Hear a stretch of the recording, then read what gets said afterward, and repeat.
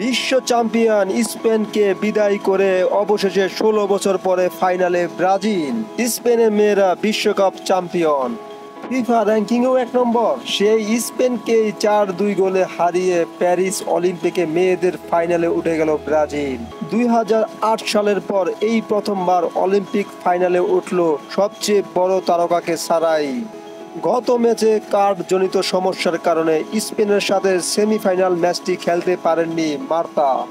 Brazil এখন পর্যন্ত ২বার রূপা জিতলেও স্বর্ণের দেখা এখনো পায়নি। প্যারিস অলিম্পিকের প্রথম সেমিফাইনালে জার্মানিকে ১-০ গোলে হারিয়ে ১২ বছর পর ফাইনালে উঠেছে অলিম্পিক নারী ফুটবল ইতিহাসের সবচেয়ে সফল দল যুক্তরাষ্ট্র। এই ব্রাজিল গ্রুপ পর্বের শেষ ম্যাচে স্পেনের সাথে ২-০ গোলে হেরেছিল। আজ দ্বিতীয় সেমিফাইনালে সেই স্পেনকে ৪-২ গোলে হারিয়ে মধুর প্রতিশোধ নিল ব্রাজিল।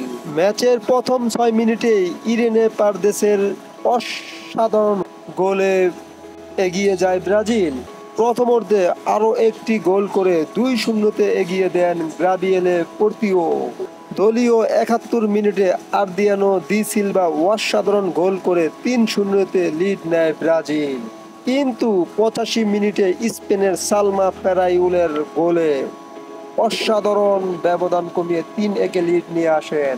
ম্যাচের ৯০ মিনিট পার হয়ে গেলে অতিরিক্ত যোগ করার সময়ে প্রথম মিনিটেই গোল করে বসেন ব্রাজিলিয়ান ক্যারোলিন। আর তাতেই ৪-১ গোলে এগিয়ে ব্রাজিল। ম্যাচ শেষ হতে আর ৩ মিনিট বাকি।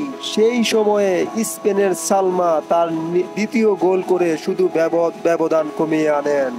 আর তাতেই ৪-২ গোলে জিতে ব্রাজিলের মেয়েরা ফাইনালে উঠে যায়। আগামী ১০ই আগস্ট যুক্তরাষ্ট্রের বিপক্ষে ফাইনালে নামবে ব্রাজিলের মেয়েরা।